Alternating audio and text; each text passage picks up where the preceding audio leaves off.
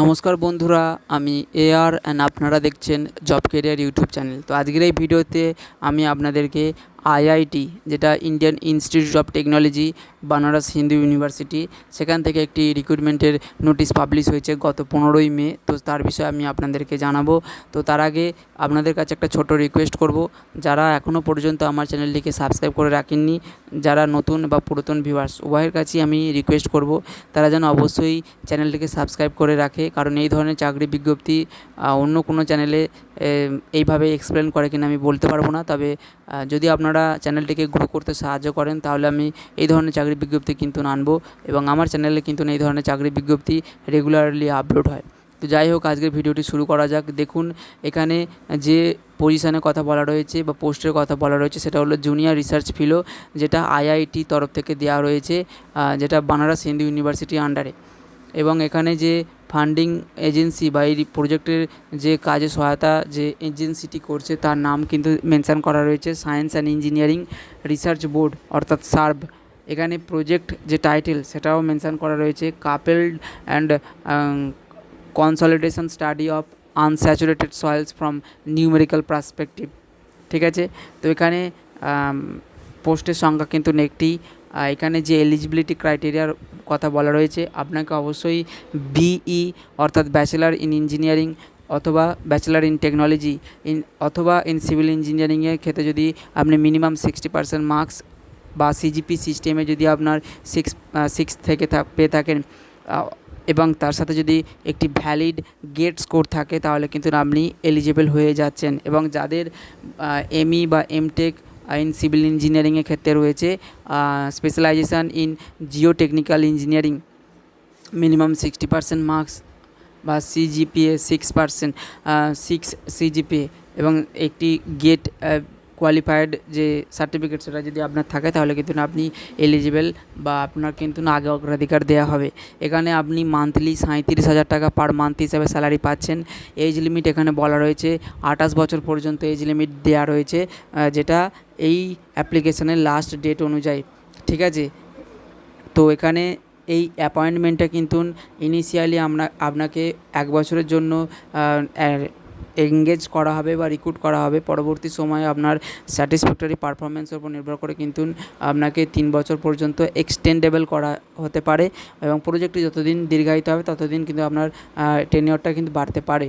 এখানে যে অ্যাপ্লিকেশান প্রসিডিওরটির কথা বলা রয়েছে, আপনাকে আপনার যে কারিকুলাম ভিটে বা সিভি বা রিজিউম সেটা একটি নির্দিষ্ট মেল আইডিতে পাঠিয়ে দিতে হবে।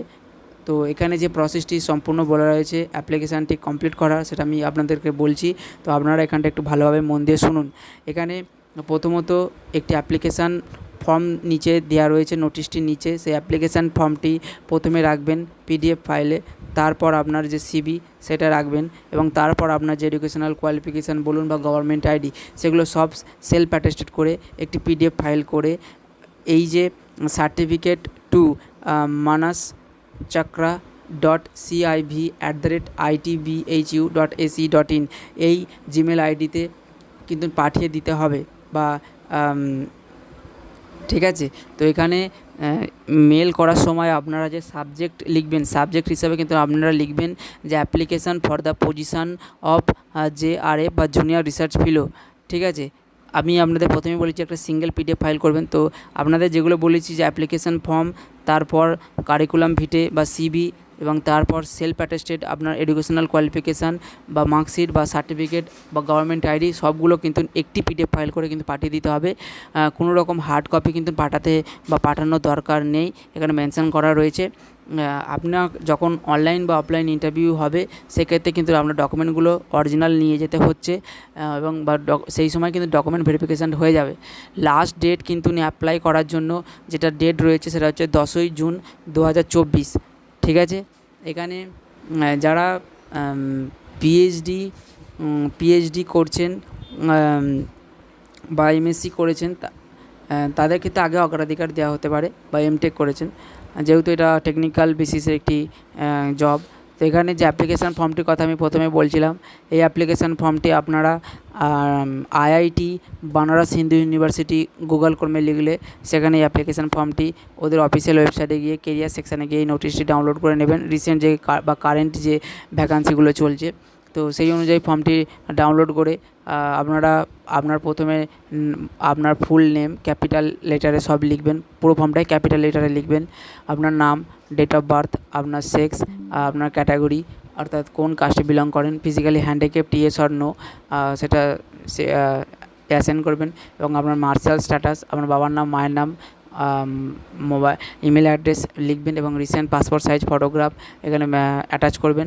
তার সাথে আপনার যদি কোনো কারেসপন্ডেন্স অ্যাড্রেসে মোবাইল নাম্বার থেকে থাকে বা আপনার পার্সোনাল মোবাইল নাম্বার যেটা আছে সেটা দিয়ে দেবেন। এবং এরপর এডুকেশনাল কোয়ালিফিকেশান বলতে যেগুলো আপনি কোয়ালিফাইড করেছেন এই বিটেক এমটেক পর্যন্ত সেই সমস্ত স্কুল বা ইউনিভার্সিটি আন্ডারে সেগুলো মেনশান করবেন। আপনি কোন বছরে পাস করেছেন, কী কী সাবজেক্ট ছিল সেগুলো একটু শর্ট ফর্মে দেওয়ার চেষ্টা করবেন, এবং সিজিপিএ কিন্তু অবশ্যই মেনশান করে দেবেন, এবং ডিভিশন কী পেয়েছেন সেটা দিয়ে দেবেন। এবং এছাড়াও যদি কোনো রকম ওয়ার্ক এক্সপিরিয়েন্স থেকে থাকে কোনো অর্গানাইজেশান আন্ডারে যে কোন ডেজিগনেশানে এবং কতদিন থেকে কতদিন পর্যন্ত কাজ করেছেন সেগুলো চাইলে এখানে মেনশান করতে পারেন যদি কোনো রকম এক্সপিরিয়েন্স থেকে থাকে, ঠিক আছে। এরপর যদি কোনো প্রজেক্টের ওপর এই ধরনের কাজ করে থাকেন তাহলে কিন্তু আপনি দিতে পারেন, এবং কোন প্রজেক্টের কাজ করেছেন তার যে প্রজেক্টের সুপারভাইজার ছিল সেই সুপারভাইজারের নাম এবং প্রজেক্টটি কতদিন পর্যন্ত ডিউরেশন ছিল সেটা কিন্তু দিতে পারেন, ঠিক আছে। আর এখানে আপনি চাইলে বা আপনারা পারলে একটা কারো নাম্বার দিতে পারেন বা ইমেল আইডি দিতে পারে যিনি আপনাকে রেফার করবে যে ইনি একজন ভালো ক্যান্ডিডেট বা ইনি আমাদের স্টুডেন্ট ছিলেন এই কলেজে।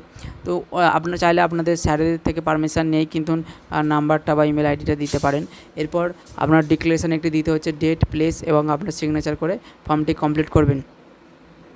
তো এই গেল আজকে সম্পূর্ণ ভিডিওটি, যেটা আইআইটি বানারস হিন্দু ইউনিভার্সিটি থেকে পাবলিশ হয়েছে। তো ভিডিওটি যদি আপনাদের ভালো লেগে থাকে তাহলে অবশ্যই চ্যানেলটিকে সাবস্ক্রাইব করবে এবং এই ভিডিওটির জন্য যতটা পারবেন লাইক এবং শেয়ার করবেন, যাতে এই ধরনের চাকরি বিজ্ঞপ্তি আপনার বন্ধুরাও জানতে পারে। আপনাদের কাছে একটা ছোট্টই রিকোয়েস্ট করব, যদি আপনারা চ্যানেলটিকে গ্রো করতে সহায়তা করেন, আমিও কিন্তু এই ধরনের চাকরি বিজ্ঞপ্তি আপনাদের সামনে তুলে ধরবো বারবার। যদি আপনারা চ্যানেলটিকে গ্রো করতে না সহায়তা করে তাহলে কিন্তু এই ধরনের চাকরি বিজ্ঞপ্তি আপনারা হয়তো অনেক পরে জানতে পারবেন যখন অ্যাপ্লাইয়ের লাস্ট ডেট চলছে।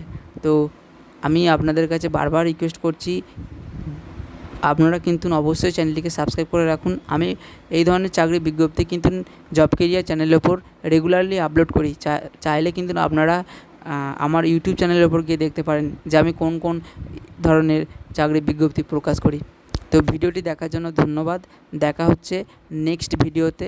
ততক্ষণ এই ভিডিওটি দেখতে থাকুন এবং ভিডিওটির জন্য লাইক এবং শেয়ার করতে থাকুন আপনার বন্ধুদের সাথে।